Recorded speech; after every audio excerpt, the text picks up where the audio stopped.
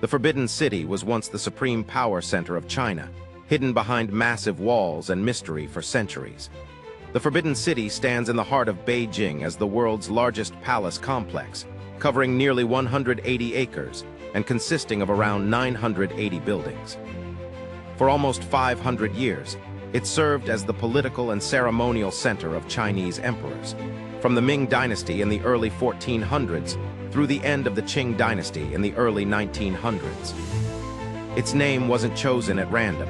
Common people were not allowed inside, making it literally forbidden for ordinary citizens.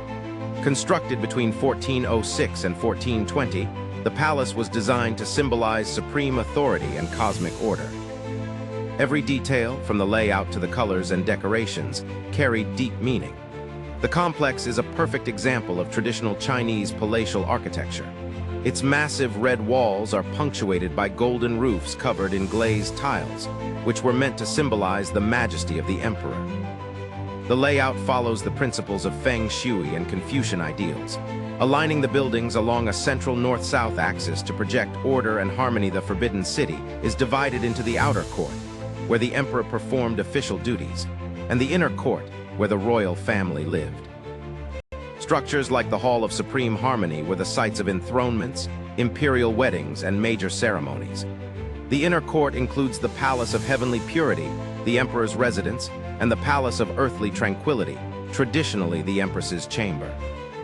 The rarity of the Forbidden City isn't only in its size, but in its preservation.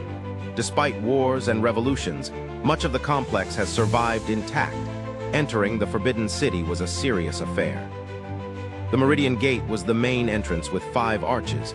Only the emperor and select dignitaries could pass through the central archway. Guards strictly controlled access, reflecting the emperor's semi-divine status. Inside, courtyards provide open space between the grand halls, creating both ceremonial staging areas and private zones. Every stairway, doorway, and decorative motif was meant to reinforce the emperor's supreme power. The Forbidden City also housed thousands of servants, eunuchs, and officials who supported the emperor and the extensive bureaucracy. Life inside was an intricate system, bound by strict rituals and a hierarchical structure.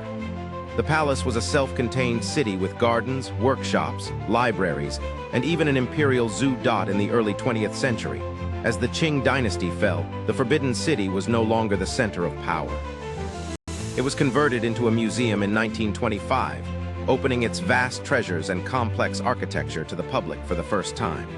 Today, it remains one of the most visited historical sites worldwide, a window into Imperial China's glory and rigid traditions. The Forbidden City's influence extends beyond its walls. It shaped the urban planning of Beijing and inspired palatial designs throughout East Asia. The collection of artifacts and artworks housed inside offers invaluable insight into Chinese culture, politics, and art over centuries. Understanding the Forbidden City is understanding the essence of Imperial China, its vision of control, hierarchy, and cosmic balance, all captured in this monumental architectural masterpiece. Behind its locked gates lay not just a palace, but an entire political universe that shaped Chinese history for half a millennium.